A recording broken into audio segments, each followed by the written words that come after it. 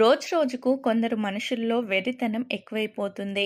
వీళ్ళు చేస్తున్న మూర్ఖపు పనులు చాలా మందికి షాకిస్తున్నాయి. తాజాగా ఉత్తరప్రదేశ్ రాష్ట్రం ప్రయాగ్రాజ్ సిటీలో ఒక వ్యక్తి రైల్వే ట్రాక్పై నిద్రించాడు. రైల్వే ట్రాక్ తన ఇంట్లోని సొంత సోఫా అన్నట్లు దర్జాగా అతడు పడుకున్నాడు. ప్రాణాలపై ఆశ ఉన్న వారెవరూ ఇలాంటి పిచ్చి పని చేయరు. ఇతడికి సంబంధించిన వీడియో సోషల్ మీడియాలో వైరల్గా మారింది.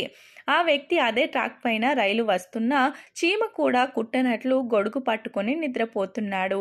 కానీ అదృష్టవశాత్తు ఆ వ్యక్తిని రైలు ఢీకొట్టలేదు. అతని లోకో పైలట్ కాపాడారు. ఇది వైరల్ వీడియోలో కనిపిస్తుంది.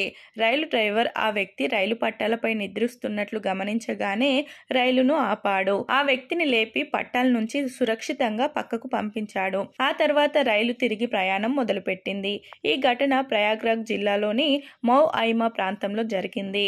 రైలు డ్రైవర్ హారన్ కొట్టిన ఆ వ్యక్తి లేవకపోవడంతో ఆయన మానవత్వం ప్రదర్శించి రైలు దిగి వెళ్లి ఆ వ్యక్తిని కాపాడారు.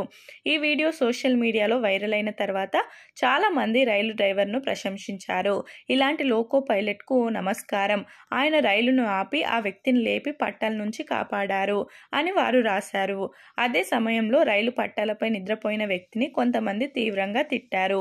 లోకో పైలట్ ట్రైన్ ఆపకపోతే అతడి తల నుజ్జు అయి ఉండేదేమో అని పేర్కొన్నారు. కొంతమంది అతను హోమ్లెస్ పర్సన్ అనుకున్నారు. అతను ఎందుకు పట్టాలపై నిద్రపోయాడు అని ఆలోచిస్తూ తనపై జాలిపడ్డారు.